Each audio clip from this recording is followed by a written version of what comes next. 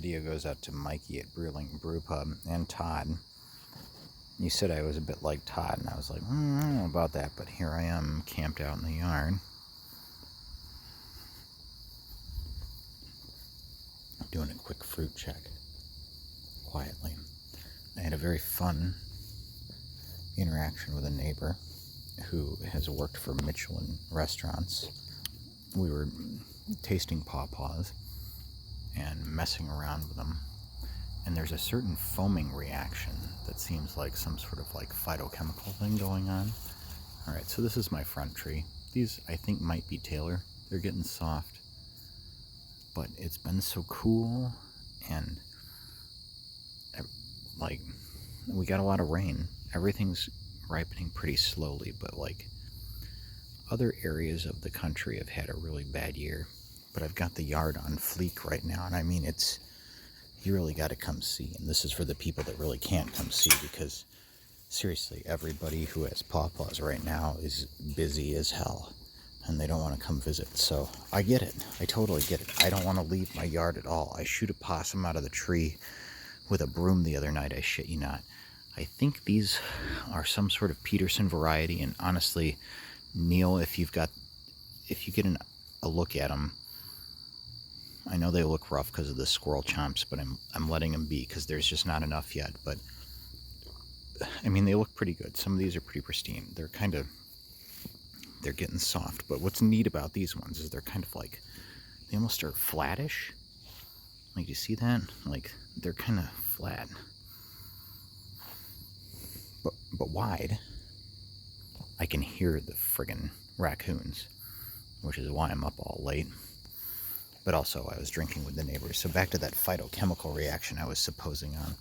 It seemed to have a foaming property, and we were mixing cocktails with it. But I am convinced that a Ramos Gin Fizz take on a cocktail would be quite good. But the cocktail that we had, and I'll show it, was her concoction, which was Malibu, Amaretto. I'm picking these low ones because I can.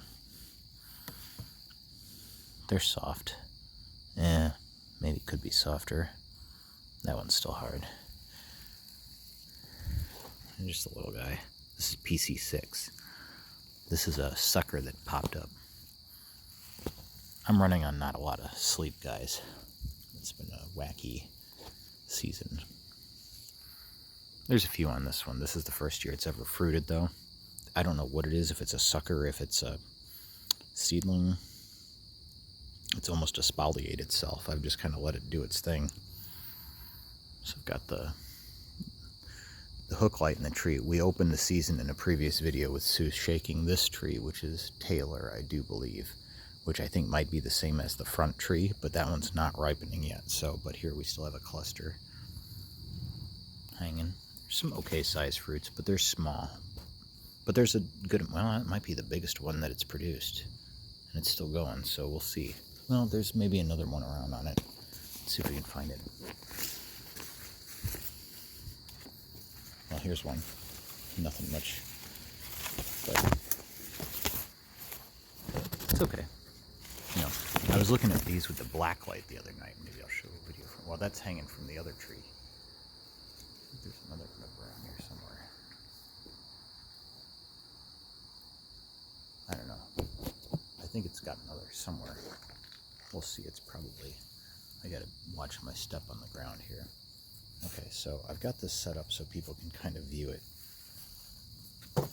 Pardon all the extension cords. I've got the cooler over it so it doesn't, get rained on. But I think we're almost done with all the rain for now, for a while. Listen to them.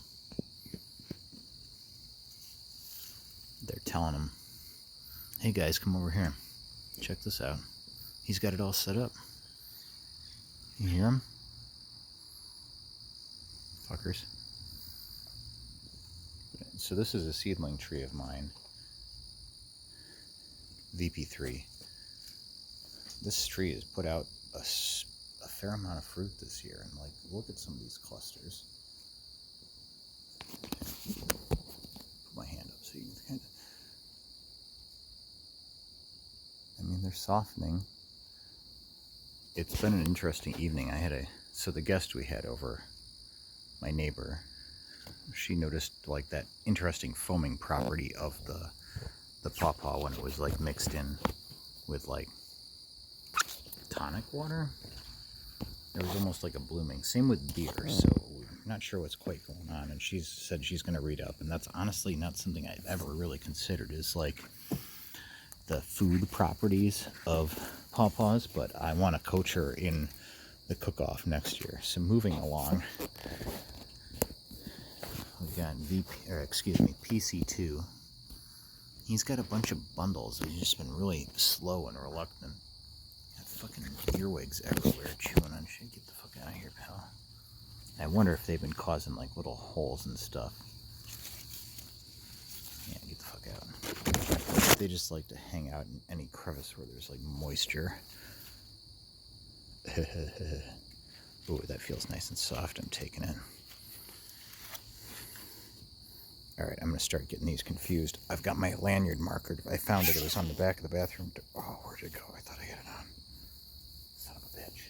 I've got my lanyard marker. It was on the back of the bathroom door. Oh, it's hard to get the cap off, though. Okay, I mean, I'm not blowing minds here. This is like putting whipped cream on a pawpaw, but marker on a lanyard. Yes, it was on the back of the bathroom door. So this one was PC2. This is a Bic Market, which I seem to like pretty well for marking pawpaws. It seems to do it well. Other ones don't always like want to write on their kind of waxy surface. This one was PC6, as I recall. Let's see. 6. I'll explain my nomenclature in the description. This is PC2. PC6 was the sucker at the fence. This has a squirrel chomp. I mean, a lot of these are soft. I'm trying to like hang out in the yard and just be a nuisance. I'm going to probably turn on the radio again after I stop this video, but I'm basically engaging on psychological warfare against the raccoons. This is PC3. I've got some sock fruit over here. How are they doing? Oh, soft. Those two on this either side are, the middle one's soft too. I'm just going to let it go. It's been very entertaining because it's so like cool and mild, and I think it's going to be sunny and not rainy the next few days, that they're just dropping in front of guests. Like, so Anna, my neighbor who was over, I talked about that drink, and it was really good. She strained the pawpaw pulp through a martini strainer. So I was trying to nail the flavor. I was like, what does this taste like? What does this taste like? And it tasted like tequila sunrise. And she said it, and it absolutely did. Until I couldn't, it was like, it tastes like something. Couldn't think of what it was. And she nailed it. This guy looks like he has is that a split?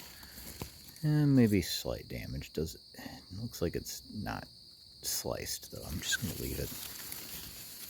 Trying to hang out, but like, I mean, squirrels were jumping up the trees today and knocked some off. They were mostly just after the walnuts. They don't really seem to care about the pawpaws too much. They wanted to test them when they were hard, but I think they just think they're walnuts because they kind of look like them when they're small. I mean, even some of these are not that huge. You know, they're about walnut size. Oh, that's soft. That's soft. That's soft. That's soft. That's soft. That's soft. I mean, I'm just gonna, does this whole thing want to come off? Yeah, alright. Leave him be. See how he does. This is PC5. These seem still a little bit on the hard side. This is a rootstock that I've allowed to fruit. I think this was Davis that I grafted up top, but I only got one nice big fruit that tasted well at my tastings in Louisville, but it didn't beat BG. BG is the one. That's the one at Bloomin' Gardens. I guess I'm going to have to graft from it. I got these all socked up. I'm pretty sure this is all Tollgate. This tree's mostly done. The rootstock's done. Oh my god, that's fat in there. And that fat big one is way bigger than I recall when I socked this thing. We had a lot of rain. That's a hand filler. We got some other, this whole hand feels soft. This would, like, I could have soft picked this. God, I almost feel like I should because all that fucking raccoon noise out there. I think it's time to make a fire. But I'll show you that drink. There's my guest list. These are the people that have stopped by. Fran. These are Pawpaws from Sycamore. Fran. I hope to have Fran over. Her husband planted those trees. He's no longer with us. BG. BG was the not so surprising star of my taste tests in Louisville. The neighbors have been coming by, and you just give pawpaws to the neighbors. That's what you do. I don't like them much. They're kind of slimy. I give them to the neighbors. But these guys up here are Wabash pawpaws. I happen to weigh this big guy just for posterity. This is from George Hale. Hail to the king, baby. Yeah, there's some fruit flies. They're around. I got to set a trap out. Here's one of my bigger VP3s. I think Paul Lou might have made off with my biggest one, Paul. Naughty, naughty. So there you go. That's the one that I showed off that has the light with the step stool. That's a seedling. Tollgate. I believe these are ripe ones off the grafted branches on the Auger tree. Auger is the rootstock, which is the wild branch, the wild sucker that I dug from Pawpaw, Illinois. Sue picked this one while I was out of town for, I think, Pawpaw Fest. I got to sample this one before too long, maybe tomorrow night. That's off the front tree. Found that this morning. I believe this is a Peterson cultivar. Sorry about the squirrel chomp, Neil, but I'm saving them all just for seeds, and I think they just sampled it while it was hard. I really don't think it'll affect the fruit inside so much. For me, it's okay, but for now, it's the only one I've got. But they're like flattish. Is this a specific cultivar of yours? Let me know.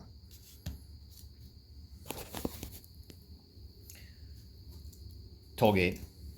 PC5 is that rootstock I allowed to grow that is top grafted with what I believe to be Davis. This is, I think, the largest fruit it put out.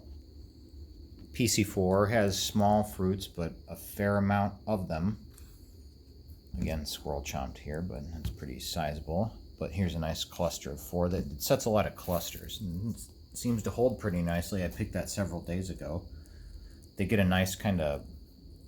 Some of these turned lemon yellow when I had them in a box, and I brought them down to Louisville. I don't know what was going on with that. Maybe it's because they got in the sun, in the heat. They got a nice, like, kind of a little blush to them. They're cute. They're all like what? I think I weighed one of these. I don't know. They're like not quite 200, probably between 90 and like 180 grams or something. This is that espalier, self-espalier sucker, whatever it is, rootstock, seedling. PC3. This was a taste winner last year. I got these pineapple, like little cakes from Costco that were, I don't know if they were Korean or Japanese or what, but they had like a cheesy element to the cake, but not like a cheesecake, but like a yellow cake with cheese product in it, as well as pineapple. And that is the closest I could approximate the flavor on that one, but it's different this year. I just don't even know. He's slow this year, but the weird thing about PC2 is like it has a real variation to fruit size. I mean, that put out that one, but it also put out like these little dinky guys. So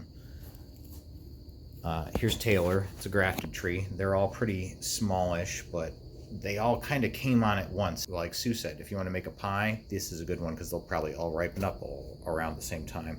There's the branch from VP3 that the possum was climbing on. He didn't get the fruit, but I'm letting it hold on until it seems ripe. So we're going to muddle some pawpaw. Blooming Gardens pawpaw.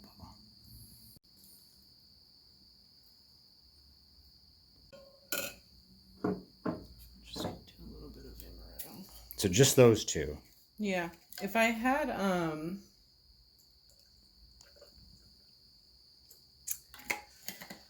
I don't think I have any at home. If I had a seltzer, I would probably do that. I have tonic, but I don't think I have seltzer. Tonic will work.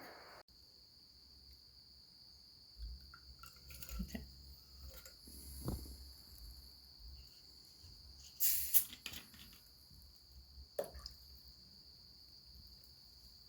So remind me what's in this?